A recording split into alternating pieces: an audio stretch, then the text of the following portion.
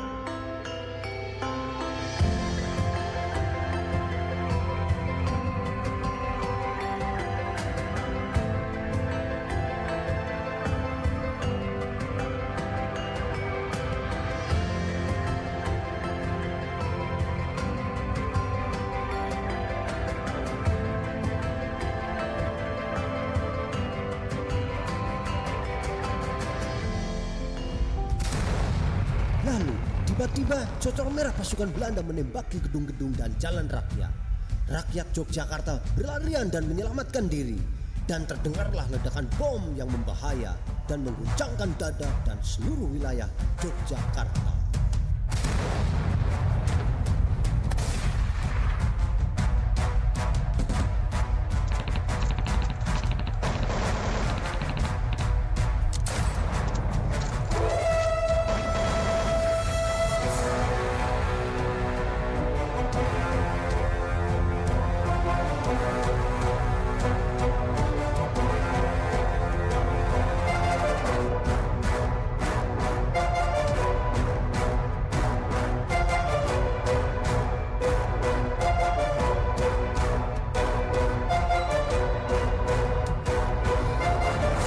Penyerbuan pasukan Belanda telah sampai ke telinga jenderal.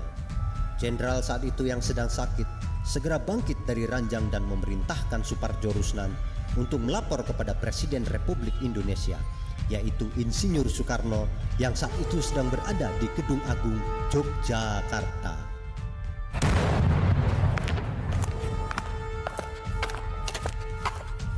Jenderal Sudirman dan pengawalnya pun segera menemui Presiden Soekarno untuk menunggu perintah.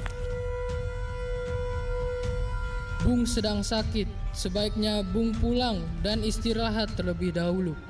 Tidak, Pak Presiden, saya harus berjuang. Negara membutuhkan saya, justru dengan masa-masa sekarang. Jenderal Sudirman meminta Kapten Cokro Pranolo mengantar istri dan anak-anaknya ke dalam benteng perang. Jangan sekali-kali di antara tentara kita ada yang menyalahi janji menjadi pengkhianat nusa, bangsa, dan agama. Harus kamu senantiasa ingat bahwa tiap-tiap perjuangan memakan korban. Jangan sekali-kali membuat rakyat menderita. Cukuplah mereka menanggung banyak luka dari peperangan yang sudah terjadi bertahun-tahun. Jangan sekali-kali membuat rakyat merasa terbebani oleh kita. Cukuplah mereka memikul beban atas tanah peliharaan yang telah ratusan tahun menimpa.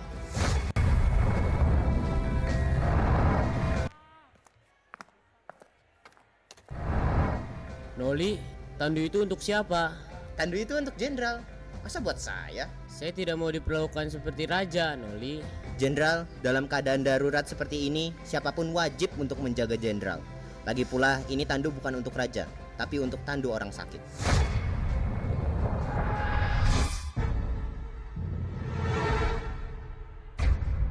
Saya mas, sekol sikit Thomas. Jenengan sinten? Siap jenderal. Kulo Kansani. Kamu punya pengalaman perang?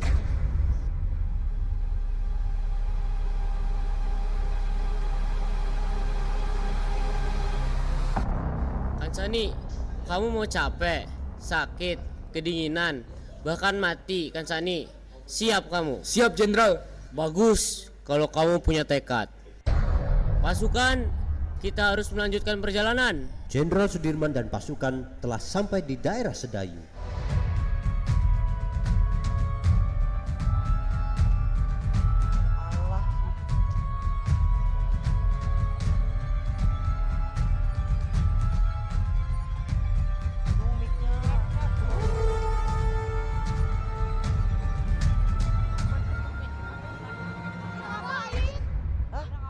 Jenderal, kita dikepung Belanda. Kita tidak bisa kemana-mana. Tenang, mari kita semua berzikir. Jenderal Sudirman dan semua pasukannya memakai sarung melantunkan zikir. اللهم بك أصبحنا وبك أمسينا وبك نحيا وبك نموت وإليك النشور. Seorang mata-mata kemudian melaporkan keberadaan Jenderal Sudirman kepada pihak Belanda. Menir, ini Sudirman. Ini Jenderal Sudirman. Nee, itu bukan Sudirman, Horverdok. Ini Sudirman. Ini Sudirman. Hei, itu bukan Sudirman, kamu berbohong. Setelah berzikir, pelapor menghampiri jenderal. Pak Ustadz, apa jimat Pak Ustadz? Belanda sudah mengepung, tapi kok Pak Ustadz tenang saja? Saya punya 3 jimat. Jimat yang pertama, saya tidak pernah lepas dari bersuci. Jadi kalau batal wudhu, kamu bawakan di saya. Saya berwudhu, itu jimat yang pertama. Jimat yang kedua, saya selalu sholat tepat waktu. Dan jimat ketiga, semua yang saya lakukan dengan tulus dan ikhlas, bukan untuk diri sendiri, bukan untuk keluarga, bukan untuk institusi, bukan untuk partai, tapi untuk seluruh rakyat bangsa Indonesia. 22 Maret 1949, pasukan Jenderal Sudirman tiba di Desa Sobo, Kabupaten Pacitan.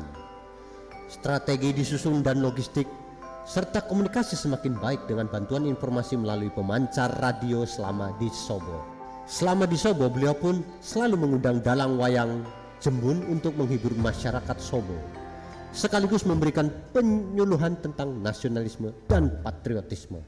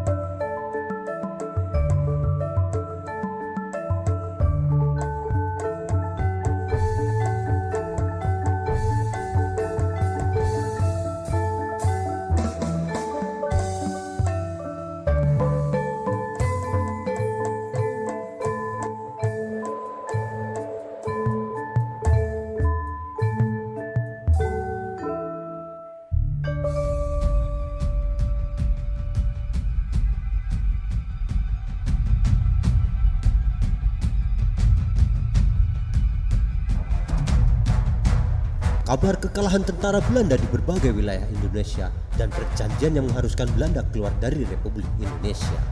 Akhirnya, Jenderal Sudirman memutuskan kembali ke Yogyakarta untuk menemui Presiden Soekarno.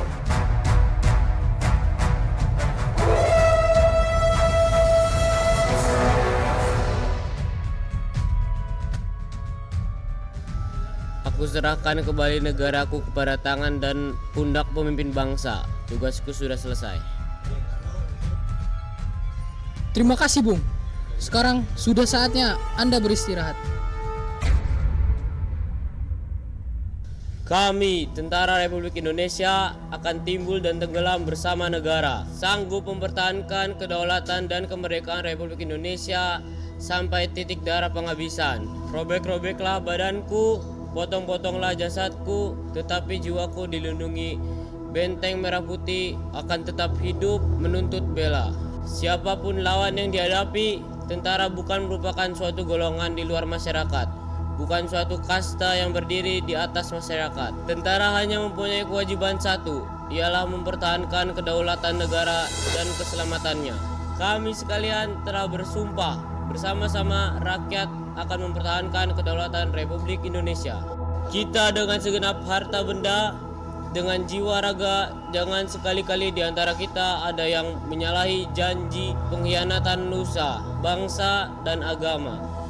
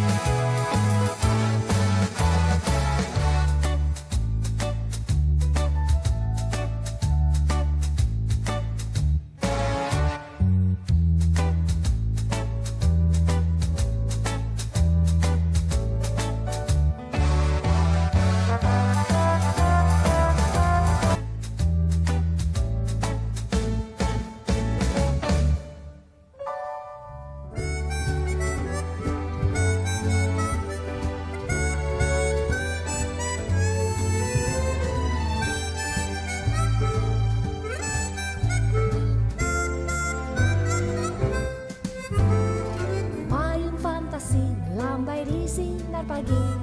Hey hey, cantik Nia, boleh ku pandang wajahmu secantik bintang, bolehkah disayang? Siapa gerangan tuan, cendrawasih dari bulan, ataukah si bintang siang, si pembawa pelipur rasa bahagia? Payung fantasi melambai di sinar pagi.